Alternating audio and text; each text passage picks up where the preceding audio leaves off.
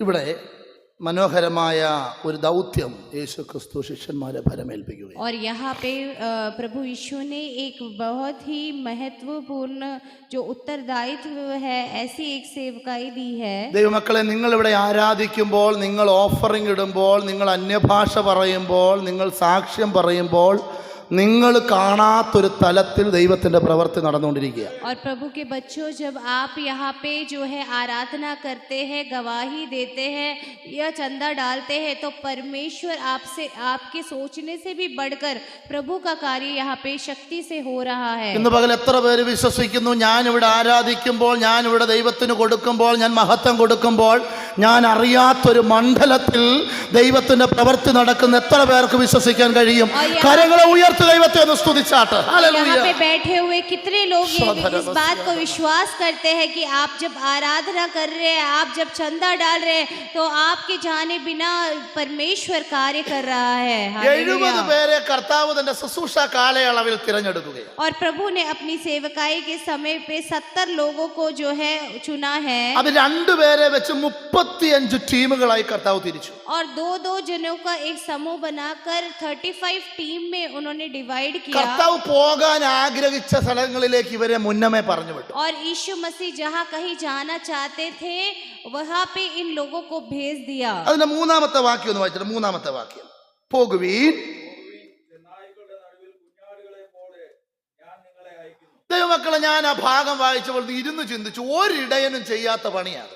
और जब मैंने ये तीसरी आयत को पढ़ा तो मैंने सोचा कोई भी चरवाहा ऐसा काम नहीं करेगा. നമ്മുടെ കുഞ്ഞുങ്ങളെ പാമ്പ് ഇരിക്കുന്നിടത്തേക്ക്, അല്ലെങ്കിൽ പഴുതാര ഇരിക്കുന്നിടത്തേക്ക്, അല്ലെങ്കിൽ ചെന്നായ്ക്കളുടെ, അല്ലെങ്കിൽ ക്രൂരമായ മൃഗങ്ങളുടെ ഇടയിലേക്ക് നമ്മുടെ കുഞ്ഞുങ്ങളെ നമ്മൾ പറഞ്ഞു വിടും? क्या हम अपने बच्चों को सांप के वहाँ पे, बिच्छू के वहाँ पे, या जो ऐसे खतरनाक जानवरों के पास क्या हम उन्हें भेजते हैं? ഈ 2026 പ്രാരംഭ സന്ദേശം എന്നെ ബലപ്പെടുത്തിയ വചനമതാ, എന്റെ ഇടയൻ, എന്റെ യേശു ചെന്നായ്ക്കളുടെ നടുവിലേക്കാണ് ശിഷ്യന്മാരെ പറഞ്ഞു വിട്ടത്. और 2026 में मुझे जिस वचन ने सामर्थ्य दिया है वो यही है कि हमारा चरवाहा यीशु मसीह अपनी भेड़ों को भेड़ियों के मध्य में भेजता है. ഈ ലോകത്തിൽ ഒരു ഇടയനും അതിന് ധൈര്യം ഉണ്ടാകത്തില്ല. എന്നാൽ നാം ആഗ്രഹിക്കുന്നതിലും അപ്പുറമായി നിന്നെ ഒരു മേഖലകളിലേക്ക് എന്റെ ദൈവം വിടുന്നതിന്റെ കാരണം അതിന്റെ പിന്നിൽ ഒരു ദൈവപ്രവൃത്തി ഉള്ളതുകൊണ്ടാണ്.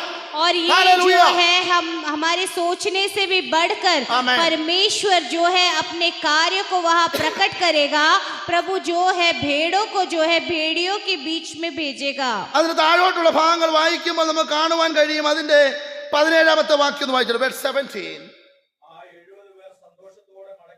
ആ 70 പേര് എവിടെ പോയിട്ടാ മടങ്ങി വന്നേ? ആണോ? എവിടോട്ട് പോയിട്ടാ മടങ്ങി വന്നവര്? എങ്ങനെയാ വന്നേ? ചെന്നായ്ക്കളുടെ നടുവിലേക്ക് പോയാൽ എങ്ങനെ संतोषത്തോടെ തിരിച്ചു വരാൻ പറ്റും? और उसकी 17वीं आयत में लिखा है 70 जो भेड़ थे वो आनंद के साथ लौटे. तो उसमें आप बताइए कि कैसे जो है भेड़ अगर भेड़ियों के बीच में जाएगा तो आनंद के साथ कैसे वो वापस आएंगे? നിന്റെ പ്രശ്നത്തിന്റെ മുൻപിൽ, പ്രതിസന്ധിയുടെ മുൻപിൽ, വേദനയുടെ മുൻപിൽ എങ്ങനെ സന്തോഷത്തോടെ മടങ്ങി വരാൻ പറ്റും? और आपकी मुसीबत के समय, आपकी परेशानियों के बीच में आप कैसे आनंद से लौट आएंगे? ഓർത്ത് നോക്കണം, ഇവര് സന്തോഷത്തോടെ മടങ്ങി വന്നിട്ട് പറയുന്ന വാക്ക് കണ്ടോ? ഒന്ന് വായിച്ചാട്ട് അതിന്റെ 18-ാമത്തെ വാക്യം, സോറി 17-ാമത്തെ വാക്യം തന്നെ, 17-ാമത്തെ.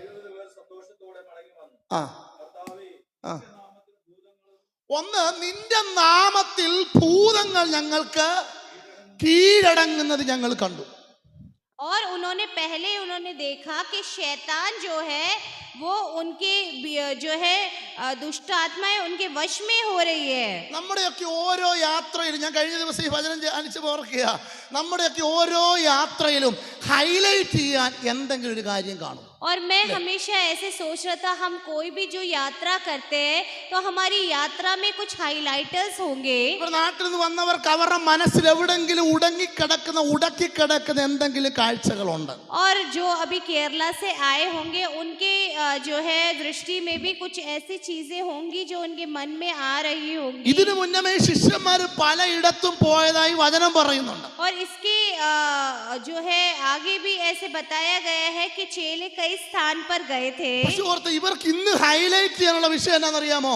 ദൈവമേ എന്നാന്നറിയത്തില്ല, ചെന്നായ്ക്കട നടുവിലാണെങ്കിലും അവിടെയും ഞങ്ങൾ ഭൂതങ്ങൾ കീഴടങ്ങുന്നത് കണ്ടു. लेकिन जो है यहाँ पे जो है वो जो 70 लोग हैं वो हाईलाइट यही कर रहे हैं कि जो भेड़ियों के मध्य में भी जो शैतान हमारे वश में हो गया। प्रभु जी, എത്ര വലിയ പ്രശ്നത്തിലേക്കും എന്റെ കർത്താവ് നിന്നെ പറഞ്ഞു വിട്ടാൽ അതിന്റെ നടുവിൽ ദൈവപ്രവൃത്തി ചെയ്യാൻ അവൻ കഴിവുള്ളവനാണെന്ന് ഉറച്ചോണം. कितनी भी बड़ी मुसीबतों में हमारा यीशु मसीह यदि आपको भेज देगा, उसके बीच में भी परमेश्वर का कार्य जरूर प्रकट होगा। ഇന്ന് പകൽ കരങ്ങൾ ഉയർത്തി ദൈവത്തെ ഒന്ന് മഹത്വപ്പെടുത്തിക്കേ.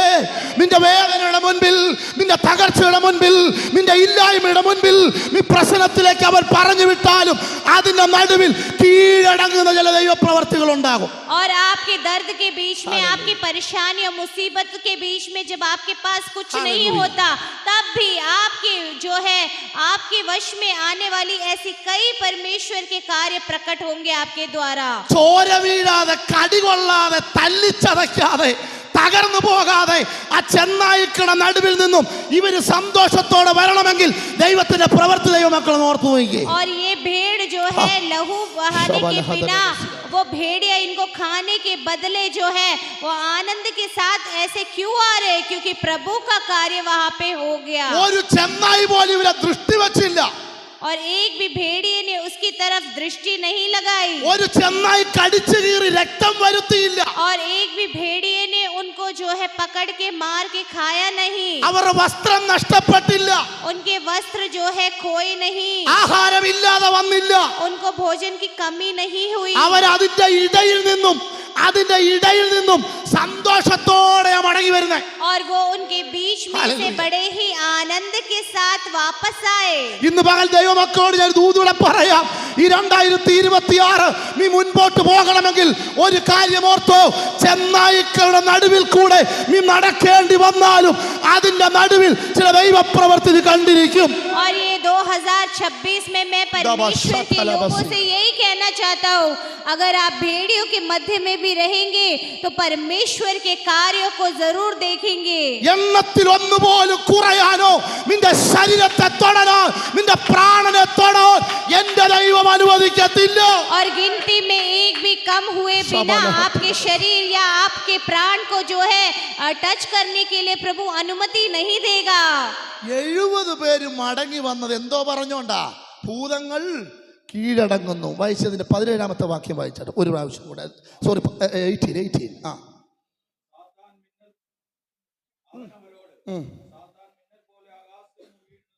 ഈ പുള്ളികൾ കണ്ട എന്താണെന്നറിയാമോ? ഭൂതങ്ങൾ കീഴടങ്ങുന്നു. പറഞ്ഞു വിട്ടവൻ കണ്ടത് എന്തുവാ? ആകാശത്തു നിന്നും സാത്താൻ മിന്നൽ പോലെ എന്ന് പറഞ്ഞ് ഇതേ ഉള്ളൂ. നിന്റെ പ്രശ്നത്തിന് നടുവിലേക്ക് അവൻ വിട്ടാലും നിങ്ങൾ കാണാത്തൊരു തലം ഇതിന്റെ പുറകിലുണ്ട്. और यहाँ पे जो है चेले बता रहे हैं कि दुष्ट आत्मा हमारे वश में थी और शैतान जो है बिजली के समान स्वर्ग से गिरा हुआ देख पड़ रहा था। മിന്നൽ പോലെ ചിലത് വീഴുന്നതാ കുഞ്ഞുങ്ങളെ ഞാൻ കണ്ടത്. और कुछ चीजें जो है बिजली के समान गिरते हुए मैंने बच्चों देखा। ഇതങ്ങോട്ട് വീട് കഴിഞ്ഞപ്പോഴാ നിന്റെ മുൻപിൽ കീഴടങ്ങിയത്. और ये जब गिर गया तो आपके सामने जिन वस्तुओं को झुकना चाहिए था वो झुक गया। നീ കണ്ടത് ഭൂതങ്ങൾ കീഴടങ്ങുന്ന കാഴ്ചയാ. और आपने जो देखा वो शैतान को जो है वश में देखा। എന്നാൽ നിന്റെ ശുശ്രൂഷയുടെ ഇടയിൽ നീ കാണാത്തൊരു തലമുണ്ട്. മിന്നൽ പോലെ പിശാച് വീഴുകയാ. और लेकिन आपने सेवकाई में जो नहीं देखा वो यही है कि शैतान जो है बिजली के समान गिर जाता है। ഇന്ന് പകൽ ഓർത്തോ, നിന്റെ പ്രശ്നത്തിന്റെ പുറകിൽ, നിന്റെ വേദനയുടെ പുറകിൽ, നിന്റെ കഷ്ടതയുടെ പുറകിൽ നീ കാണാത്തൊരു വിടുതലിന്റെ മണ്ഡലമുണ്ട്. और आप इस बात को सोच ले कि आपकी मुसीबत के समय, आपकी परेशानी के बीच में ऐसी कुछ चीजें हैं जो ഇതിനകത്തിരിക്കുന്ന സഹോദരിമാരെ ദൈവാത്മാവ് പറയുകയോ, നിന്റെ കണ്ണുനീരിന്റെ പിന്നിൽ, നിന്റെ ആരാധനയുടെ പിന്നിൽ, നിന്റെ ഉപവാസത്തിന്റെ പിന്നിൽ നീ കാണാത്ത ഒരു വിടുതലിന്റെ മണ്ഡലമുണ്ട്. और यहाँ बैठी हुई बहनों से मैं ऐसे कहना चाहता हूँ, आपकी प्रार्थना के बीच में, आपके आंसू बहाने के बीच में परमेश्वर के कार्य हो रहे हैं। ഇവര് കാണാത്തത് യേശു കണ്ടു. और जो इन्होंने नहीं देखा वो यीशु मसीह ने देख നീ लिया, കാണാത്തത് എന്റെ യേശു കാണും. और जो आप नहीं देख सकते वो हमारा यीशु देख लेगा. നിന്റെ വാഹനമാണെന്ന് ഓർത്താലും പിന്നിൽ വന്നിടിക്കാൻ കാരണം നീ കാണുന്നതിനപ്പുറം എന്റെ യേശു നിന്നെ കണ്ടു. और जो है वो आपका वाहन है, शबल लेकिन हदरा आपने नहीं देखा और उसके पीछे टकराया क्योंकि यीशु ने देखा है. ഇവിടെ ഇരുന്ന് ആരാധിക്കുമ്പോൾ നിന്റെ കൈ കൂട്ടിയടിക്കുമ്പോൾ നീ പാട്ട് പാടുമ്പോൾ അറിയാത്ത പാട്ടുകൾ നോക്കി പാടുമ്പോൾ അതിന്റെ പിന്നിൽ ഒരു വിടുതലിന്റെ മണ്ഡലമുണ്ട്. और जब आप यहाँ आराधना करते हैं और जो गीत आपको नहीं आता वो गाते हैं, तो उसके बीच में जो है परमेश्वर है. നിന്റെ അപ്പൻ കൈ അടിക്കുമ്പോൾ നിന്റെ അമ്മ കരഞ്ഞ് ആരാധിക്കുമ്പോൾ ദൈവദാസന്മാർ ആരാധിക്കുമ്പോൾ ഇതിന്റെ പിന്നിൽ നമ്മൾ കാണാത്തൊരു വിടുതൽ ദൈവസഭയ്ക്കകത്തുണ്ട്. और आपकी माता आपके पिता जब आंसू बहाते हुए परमेश्वर की आराधना करते हैं, तो जो आप नहीं देख पा रहे वो परमेश्वर का कार्य वहाँ हो रहा है. 2026 നിന്റെ കുടുംബങ്ങളുടെ അകത്ത് നീ കാണാത്ത ചില വിടുതൽ നടക്കും. और 2026 में आपके परिवारों के अंदर ऐसे कुछ छुटकारे होने जा रहे जो अभी आप नहीं देख पा रहे. വിശ്വസിച്ചാൽ ചില നന്മകൾ ചില അത്ഭുതങ്ങൾ നിന്റെ ഭവനത്തിനകത്ത് നടക്കും. और विश्वास करोगे तो कुछ महिमा का कार्य आपके भवन में होगा. നമുക്ക് പെട്ടെന്ന് പുറപ്പാട് പുസ്തകം 14:11 വായിച്ച 14:15 ഒന്ന് വായിച്ചത്. 14:15 ബുക്ക് ഓഫ് എക്സോഡസ്.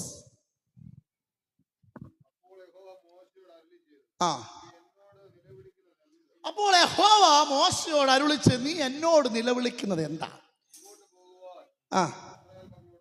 ഇവിടെ നോക്കണമേ, ഞാൻ ഈ കഴിഞ്ഞ ദിവസം ഈ ഭാഗം തൊട്ട് ഇവിടെ പറഞ്ഞിരുന്നു, മോശയുടെ കൂടെ ഏകദേശം 3 ലക്ഷം 4 ലക്ഷം പേരധികമുണ്ട്. और मैंने पिछले दिनों बताया था कि मूसा के साथ लगभग 3 से 4 लाख लोग उसके साथ चल रहे थे. ഇതിന്റെ കൂടെ നല്ല കഴിവുള്ളവരും പ്രാവീണ്യമുള്ളവരും വിദ്യാഭ്യാസമുള്ളവരും ദൈവത്തെ ആരാധിക്കുന്നവരൊക്കെ ഈ ഗണത്തിലുണ്ട്. और इस भीड़ में ऐसे बहुत सारे लोग थे जो पढ़े लिखे थे, योग्य थे और परमेश्वर की आराधना भी करते थे. അക്കരയ്ക്ക് പോകാൻ ഭയപ്പെടുകയും ഭാരപ്പെടുകയും ചെയ്യുന്നവർ അതിനകത്തുണ്ട്. और जो है किनारे जाने के लिए, उस पार जाने के लिए भार के साथ और रोते हुए भी कुछ लोग थे वहां പക്ഷെ पे. അവിടെ നിൽക്കുന്ന ജനങ്ങളെല്ലാം കരയുകയാ. लेकिन वहां पे खड़े हुए हर एक व्यक्ति रो रहा था. പക്ഷെ മോശ ഇവരുടെ മുൻപിൽ കരയുന്നില്ല. लेकिन मूसा उनके आगे रोया नहीं. മോശ കരഞ്ഞ് ഇവരുടെ മുൻപിൽ കരഞ്ഞതായിട്ട് പറയുന്നില്ല. और मूसा इनके सामने रोया है ऐसा वचन नहीं बताते. എന്നാൽ ദൈവം മോശയോട് പറയും, മോശേ നീ കരയുന്നത് ഞാൻ കണ്ടു. लेकिन परमेश्वर जो है मूसा से कहता है तू रोया ये मैंने देखा है. ഇവിടെ ഇരിക്കുന്നവരെല്ലാം കണ്ണു തുറന്ന് എന്നെ ശ്രദ്ധിക്കുന്നുണ്ടെങ്കിലും കണ്ണിൽ കൂടെ കണ്ണുനീർ ഒഴുകി ഇറങ്ങുന്നില്ലെങ്കിലും നിന്റെ ഉള്ളം പിടയുന്നത് കാണുന്ന ഒരു ദൈവം. और यहाँ पे बैठे हुए लोग मुझे अपनी आंखों से देख रहे, उनके आंसू शायद मैं नहीं देख पा रहा, लेकिन परमेश्वर उनके मनों को जानता है. കരച്ചിലിന്റെ അടയാളം കണ്ണുനീരല്ല. और रोने का जो है चिन्ह आंसू नहीं है केवल. കരച്ചിലിന്റെ അടയാളം നിന്റെ ഹൃദയം പിടയുന്നതാ. और आंसू का जो है वो चिन्ह आपका हृदय जब डगमगाता है अंदर മോശേ से. നിന്റെ ഹൃദയം പിടയുന്നത് ഇസ്രായേൽ മക്കൾ കണ്ടില്ലെങ്കിലും നിന്നെ വിളിച്ച ഞാൻ കാണും. और मूसा अगर इस्राएलियों ने तेरे आंसू को नहीं देखा, लेकिन जिस परमेश्वर ने तुझे बुलाया है वो तेरे हृदय को जानता है. ഇന്ന് പകൽ ഇതിനകത്തിരിക്കുന്ന എന്റെ ദൈവമക്കളോട് ഞാൻ പറയട്ടെ, 2025 നീ കരഞ്ഞ ഒത്തിരി വിഷയങ്ങളില്ലേ, അതൊക്കെ എൻ്റെ കർത്താവ് കാണാതിരിക്കുകയല്ല.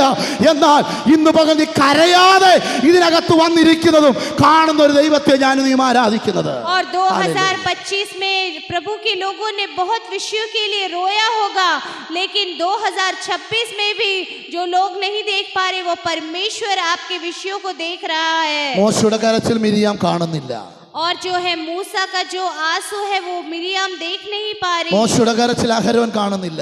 और उसका जो है हारून उसके आंसू को नहीं देख पा रहा. മോശയുടെ കരച്ചിൽ കൂടെ പോയ ആരും കാണുന്നില്ല. और मूसा के आंसू बहाने को कोई जो उसके साथ है नहीं देख पा എന്നാൽ रहा. അവന്റെ ഹൃദയത്തിന്റെ ഓരോ തുടിപ്പും അറിയാവുന്ന ഒരു ദൈവം. और हर एक धड़कन को हृदय के पहचानने वाला हमारा परमेश्वर. നിന്റെ ഹൃദയം ഒന്ന് വിറയ്ക്കുന്നത് കാണുന്ന ദൈവം. और हमारे हृदय जो है फड़फड़ाते हुए देखने वाला परमेश्वर. ദൈവത്തിന്റെ പ്രവൃത്തി ദൈവമക്കൾ തിരിച്ചറിഞ്ഞോണം. और परमेश्वर के कार्य को प्रभु के लोग भली भांति जान ले.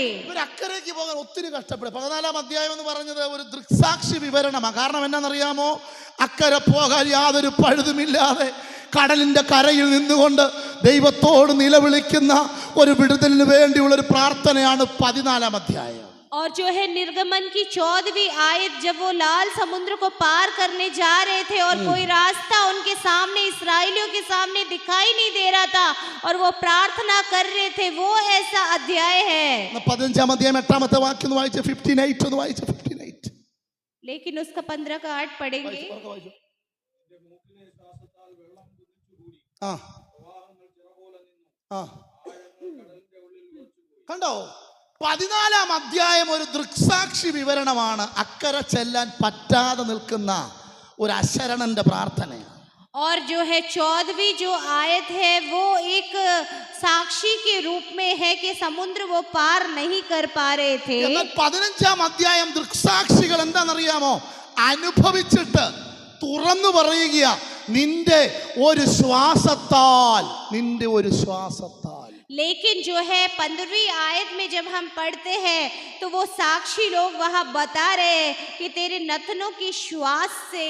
നമ്മൾ കാണുന്നത് ഇത് മോശ കൈ നീട്ടി വടി നീട്ടി ചെങ്കടൽ മാറുന്ന ഒരു കാഴ്ചയെ നമ്മൾ 14-ാം അധ്യായത്തിൽ കാണുന്നുള്ളൂ. और हमने बस 14वीं आयत में यही देखा था कि मूसा ने अपने हाथ को लाठी के साथ लाल समुद्र के ऊपर बढ़ाया. 15-ാം അധ്യായത്തിൽ കടൽ കീറുമ്പോൾ തന്നെ 15-ാം അധ്യായത്തിൽ മോശ പറയും, അത് കീറിയത് എങ്ങനെയാന്ന് എനിക്ക് മാത്രം അറിയാം. എങ്ങനാ? നിന്റെ ശ്വാസമാണ്. और लेकिन 15वीं आयत में जब लाल समुद्र 2 भागों में बट जाता है तो वो लाल समुद्र कैसे बट गया वो मूसा ही जानता है कि उसके श्वासों के द्वारा. അപ്പോൾ ഓർത്തോണം, വടി നീട്ടുമ്പോഴേ ചില ദൈവിക പ്രവൃത്തികൾ അടുത്ത അധ്യായത്തിൽ തുടങ്ങി കഴിഞ്ഞു. और जब लाठी बढ़ाते हैं तो परमेश्वर के कुछ कार्य अगले अध्याय में शुरू हो जाते हैं. നമുക്കറിയാം, ഒരു പാത്രത്തിലേക്ക് അല്പം വെള്ളം എടുത്തിട്ട് ശക്തമായി നമ്മൾ ഊതിയാൽ ആ പാത്രത്തിന്റെ അടിത്തട്ട് കാണത്തില്ലേ? और हम जानते हैं एक बर्तन में अगर पानी को हम जोर से फूंक मारे तो वो बर्तन का जो निचला हिस्सा है वो दिखने लगता है, उसका तल. ഒരു പരന്ന പാത്രത്തിലേക്ക് വെള്ളം എടുക്കണം. വെള്ളം എടുത്ത് നിങ്ങൾ വീട്ടിൽ പോയി നോക്കണം. പരന്ന പാത്രത്തിലേക്ക് വെള്ളം എടുത്തിട്ട് വെള്ളത്തിലേക്ക് നിങ്ങളുടെ മൂക്ക് മുട്ടാതെ ഒന്ന് ഊതി നോക്കിയേ, വെള്ളത്തിന്റെ ആ പാത്രത്തിന്റെ അടിത്തട്ട് കാണാം. और आप अपने घर में भी जाके कर सकते हैं. अगर एक थाली जैसे बर्तन में परात के समान बर्तन में पानी ले ले और बिना आपकी नाक उस पे टेक लगाए जोर से फूंक मारेंगे तो उसका तल दिखाई देगा, पानी अलग हो जाएगा. ഈ പാത്രത്തിലെ അടിത്തട്ട് കാണാമെന്നുണ്ടെങ്കിൽ ഒറ്റ ഊതില് കടലിന്റെ അടിത്തട്ട് വരെ തെളിഞ്ഞെങ്കിൽ എന്റെ ദൈവത്തിന്റെ ശ്വാസം എന്താ? तो आप सोच के देखें, मनुष्य होने के नाते जब आप ऐसा कर सकते हैं तो जब लाल समुद्र के तल दिख गए तो परमेश्वर वो कैसा महान है. ഇന്ന് പകൽക്കാലം നിന്റെ പ്രശ്നത്തിന് മുൻപിൽ അവൻ ഊതും. और आज सुबह के समय आपकी परेशानियों के मध्य में वो फूंक मारेगा. കാണാൻ പറ്റാത്ത വഴി കാണണമെങ്കിൽ എന്റെ കർത്താവ് ഊതണം. और अगर ऐसा रास्ता जो दिखाई नहीं दे पा रहा, उसके लिए हमारे परमेश्वर की फूंक जरूरत है. നിന്റെ തലമുറയുടെ ബുദ്ധി വെളിയിൽ വരണമെങ്കിൽ എന്റെ കർത്താവ് ഊതണം. और अगर आपके बच्चों का जो है दिमाग होना है उनके अंदर तो परमेश्वर का फूंक जरूरी है. നിന്റെ ശുശ്രൂഷയിൽ പുതുവഴി തുറക്കാൻ എന്റെ ദൈവം ഊതണം. और आपके सेवकाई के लिए नए रास्ते खोलना है तो परमेश्वर का അവന്റെ ശ്വാസത്തിന്റെ ഊത്തിനാൽ ചെങ്കടൽ കീറി. और उसके नथनों के श्वास से जो है लाल समुद्र 2 भागों में बट ഇന്ന് गया. പകൽ ഓർത്തോ, നിന്റെ പ്രാർത്ഥനയുടെ പിന്നിൽ ദൈവത്തിന്റെ ഒരു ഊത്തുണ്ട്. और आप सोच के देखिए, आपके प्रार्थना के पीछे परमेश्वर का एक നിന്റെ फूंक है. കണ്ണുനീരിന്റെ മുൻപിൽ എന്റെ ദൈവത്തിന്റെ ശ്വാസമുണ്ട്.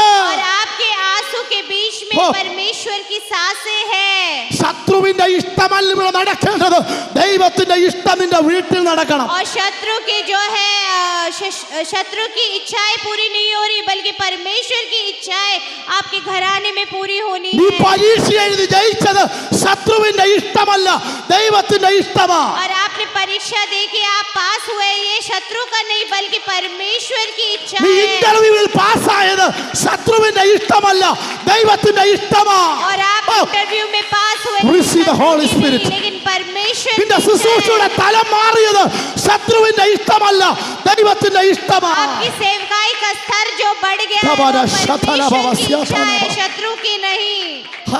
ഇന്ന് പകൽ ആത്മാവിൽ ദൈവമക്കൾ തിരിച്ചറിഞ്ഞോ, നീ ആരാധിക്കുമ്പോൾ, നീ പ്രാർത്ഥിക്കുമ്പോൾ, നീ വടി നീട്ടുമ്പോൾ, നീ അറിയാത്തൊരു വിടുതൽ അടുത്ത അധ്യായത്തിൽ നടക്കും. और आज सुबह के समय परमेश्वर के लोग इस बात को जान ले, जब आप प्रार्थना करते हैं, आराधना करते हैं, लाठी बढ़ाते हैं, तो अगले अध्याय में आपके लिए चैप्टर खुल जाएगा.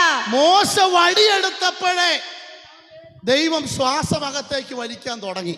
और जब मूसा ने लाठी बढ़ाई, तभी परमेश्वर ने अपने श्वास को ले लिया. മോശ വടി നീട്ടിയപ്പോൾ അവൻ ഊതാൻ തയ്യാറായി. और जब मूसा लाठी उठाया था, तो परमेश्वर ने फूंक मारना जो है तैयार हो गया. മോശ വടി നീട്ടിയതുമല്ല, എന്റെ ദൈവം ഒറ്റ ഊത്ത വടിയോടുകൂടെ കടൽ കീറി. और मूसा ने लाठी बढ़ाई, फूंक मारा. നീ ഇന്ന് പകൽക്കാലം ആത്മാവിൽ കണ്ടത് വടി നീട്ടിയ മോശയല്ലേ, വടിയല്ലേ കണ്ടത്, മോശയല്ലേ കണ്ടത്. നീ കാണാത്തൊരു മണ്ഡലമുണ്ട്. എന്റെ ദൈവമോ, അവനാ നിന്നെ വിടുവിക്കുന്നത്, അവനാ നിന്നെ വഴി നടത്തുന്നത്, അവനാ ഊതുന്നത്. और आपने ഓ റമന ശതല ബധര ഉദരമന ശതരെ കേമന അർഭതസി ഗദന ശംഭരാധന. നീ കാണാത്ത മണ്ഡലം തുറക്കട്ടെ, നിന്റെ വിടുതൽ നടക്കട്ടെ, ആത്മമണ്ഡലം തുറക്കട്ടെ, ദൈവ സാന്നിധ്യം വെളിപ്പെടട്ടെ. ഹല്ലേലൂയ. പ്രശ്നത്തിന് നേരെ നീ എഴുന്നേറ്റാ മതി, നിങ്ങൾ പോലും അറിയാത്ത വഴി എന്റെ ദൈവം അടുത്ത അധ്യായത്തിൽ തുറക്കും. और मुसीबत के लिए आप खड़े हो जाए, आप जो नहीं जानते वो अध्याय परमेश्वर आपके लिए खोलेगा. ഇന്ന് പകൽ ആ ദൈവത്തെ ഒന്ന് കാണുവാൻ കഴിയുമോ? हालेलुया. അതിന് 21-ാമത്തെ വാക്യം ഇങ്ങനെയല്ല വായിച്ചത്. 21-ാമത്തെ വാക്യം ഇങ്ങനെയല്ല വായിച്ച് നിർത്തുക. 21. യഹോവയ്ക്ക് പാട്ട് പാടുവീൻ. കണ്ടോ, നമ്മളിത് സങ്കീർത്തനം വായിച്ചു തന്നെ. ഫറവോനെയും സൈന്യത്തെയും ചെങ്കടലിൽ തള്ളിയിട്ടു. ഇവിടെ നിന്നൊരു തള്ളിയിടിയില് ഓർത്ത ദൈവം ഇതല്ലേ. ഹല്ലേലൂയ. നാം അറിയാത്ത ചില മേഖലകളിൽ ദൈവം ചിലരെ തള്ളാൻ ആഗ്രഹിക്കുന്നു. और हमने जैसे भजन संगीता में भी आज पढ़ा, यहाँ 21 आयत में लिखा है कि जो है वो प्रतापी महाराजा है और घोड़ों समेत उसने सवारों को समुद्र में फेंक दिया है. എന്തിനാ ദൈവം തള്ളുന്നതെന്ന് അറിയാമോ? ചിലരെ തള്ളി മാറ്റിയെങ്കിലേ ആ സ്ഥാനത്തേക്ക് നിന്നെ കയറ്റാൻ പറ്റത്തുള്ളൂ. और परमेश्वर क्यों कुछ लोगों को फेंक देता है? क्योंकि उन लोगों को हटाएंगे तभी आपको उस स्थान पे जो परमेश्वर पहुंचा पाएगा. വീട്ടിലേക്ക് പോകുന്നതിന് മുമ്പ് ഉറപ്പ് വരുത്തിക്കോ, ഞാൻ ഒറ്റയ്ക്കല്ല, എന്നെ തള്ളി മുൻപോട്ട് കയറ്റാൻ ഒരു ദൈവം എന്റെ കൂടെ ഉണ്ട്. और आज सुबह के समय जब आप घर जा रहे हैं, आप इस बात को जान ले कि आप अकेले नहीं हैं, बल्कि आपको आगे की ओर परमेश्वर धकेलेगा. ഞാൻ ഒറ്റയ്ക്കല്ല, എന്നെ തള്ളി മുൻപിൽ കയറ്റാൻ ഒരു ശ്വാസമുള്ള ദൈവം എന്റെ കൂടെ ഉണ്ട്. और आप अकेले नहीं हैं, आपको जो है आगे बढ़ाने वाला एक जो है सामर्थ्य श्वास के साथ परमेश्वर है. ഒറ്റ ശ്വാസം ഒറ്റ ഊത്തൂതിയതുമല്ല. എന്താ സംഭവിച്ചത് അറിയാമോ? ഇക്കരെ കിടന്ന ജനം എവിടെ ചെന്നച്ചാ അക്കരെ ചെന്നു. और एक श्वास परमेश्वर ने फूंक नहीं मारी कि जो यहाँ पे पानी पड़ा था वो उस पार हो गया. എൻ്റെ കർത്താവിൻ്റെ ഊത്, കർത്താവിൻ്റെ ആ ശ്വാസം പുറകിൽ കിടന്നവരെ വെള്ളം പറ്റിച്ച് അക്കരെ എത്തിക്കുമെന്നെങ്കിൽ ഇന്ന് പകൽ ഇവിടെ ഇരിക്കുന്നവരോട് പറയാം, അവൻ ഊതിയാൽ തീരാവുന്ന വിഷയമല്ല ഉള്ളതല്ല. और अगर हमारा परमेश्वर एक फूंक मार कर इसराइलियों को अगर पार करा सकता है लाल समुद्र में से, तो आपकी मुसीबतें उसके सामने कितनी ही छोटी है. എത്ര പേര് ആഗ്രഹിക്കുന്നു, കണ്ണുകളടച്ചേ, എത്ര പേര് ആഗ്രഹിക്കുന്നു എൻ്റെ വിശ്വാസ ജീവിതത്തിൽ അവനൊന്ന് ഊതിയിരുന്നെങ്കിൽ കൊള്ളാമായിരുന്നു, എൻ്റെ ആത്മീക ജീവിതത്തിൽ അവനൊന്ന് ഊതിയിരുന്നെങ്കിൽ കൊള്ളാമായിരുന്നു, എൻ്റെ ജോലി മേഖലകളിൽ അവനൊന്ന് ഊതിയിരുന്നെങ്കിൽ കൊള്ളാമായിരുന്നു, എനിക്ക് കർത്താവെ കിട്ടേണ്ട പൊസിഷൻ, കിട്ടേണ്ട കർത്താവെ പ്രമോഷൻ, കിട്ടേണ്ട സാലറി ഇന്നുവരെയും എനിക്ക് കൈപ്പറ്റാൻ പറ്റിയിട്ടില്ല. എൻ്റെ ദൈവം 2026 ഒന്ന് ഊതി എന്നെ മുൻപോട്ട് കയറ്റണമേ, തള്ളി എന്നെ മുൻപോട്ട് കയറ്റണമേ. എന്റെ കർത്താവേ, എന്നെ തള്ളിക്കാട്ട്, എന്നെ പുറകിൽ നിന്ന് തള്ളിക്കാട്ട്. എനിക്ക് ഒറ്റയ്ക്ക് നിൽക്കാൻ വയ്യ, ഞാൻ വീണു പോകും. ആ ദൈവത്തിന്റെ തള്ളൽ അനുഭവിക്കുന്നതല്ലേ, വിശ്വാസത്തെ ക്ഷീണിച്ചു പോകരുത്. വിശ്വാസത്തിൽ ക്ഷീണിച്ചു പോകരുത്. കണ്ണുകളെ അടയ്ക്കാൻ നമുക്ക് ദൈവത്തോട് പ്രാർത്ഥിക്കാം. ഒരുപാട് വചനം എൻ്റെ ഉള്ളിൽ ഈ ഭാഗത്തുനിന്ന് ദൈവാത്മാവ് കത്തിക്കുകയാ. ഒറ്റ രത്നച്ചുരുക്കം ഞാൻ പറയാം. നിങ്ങളറിയാതെ, നിങ്ങൾ മനസ്സിലാക്കാത്ത ചില ദൈവിക വിടുതൽ നിൻ്റെ ആരാധനയുടെ പിന്നിൽ നടക്കുന്നുണ്ട്. നിങ്ങളറിയാത്ത, നിൻ്റെ തലമുറ അറിയാത്ത ചില ദൈവത്തിൻ്റെ പദ്ധതി നിൻ്റെ ജോലിയിൽ നടക്കുന്നുണ്ട്. നിങ്ങളറിയാത്ത, നിങ്ങൾ പ്രസംഗിക്കുമ്പോൾ, ഞാനിവിടെ നിന്ന് പ്രസംഗിക്കുമ്പോൾ, ഞാനിവിടെ നിന്ന് ലീഡ് ചെയ്യുമ്പോൾ, ഞാനറിയാത്തൊരാത്മമണ്ഡലം എൻ്റെ പുറകിൽ ദൈവം തുറക്കുന്നു. ഭൂതം കീഴടങ്ങുന്ന അല്ല, അവൻ കണ്ടത് മിന്നൽ പോലെ പിശാച് വീഴുന്നതാ. ഇന്ന് പകൽ ശത്രു നിന്നെ തള്ളാൻ നോക്കിയിട്ടു നീ വീഴാതിരുന്നതിൻ്റെ കാരണം എന്നാണെന്നറിയാമോ? പുറകിൽ നിന്നും അവൻ്റെ ശ്വാസം നിൻ്റെ കൂടെ ഉണ്ട്. പലരും തള്ളിയിട്ട് നീ വീണു, പലരും നിന്നെ കൂടെ നിന്നിട്ട് തള്ളിയിട്ടു, പലരും ചവിട്ടി താഴ്ത്തി, നിനക്ക് ലഭിക്കേണ്ട അർഹത ലഭിക്കാതെ വന്നു. എൻ്റെ ദൈവം നിന്നെ തള്ളി നിർത്തിയത് കൊണ്ടാ ഇവിടെ വരെ വന്നത്.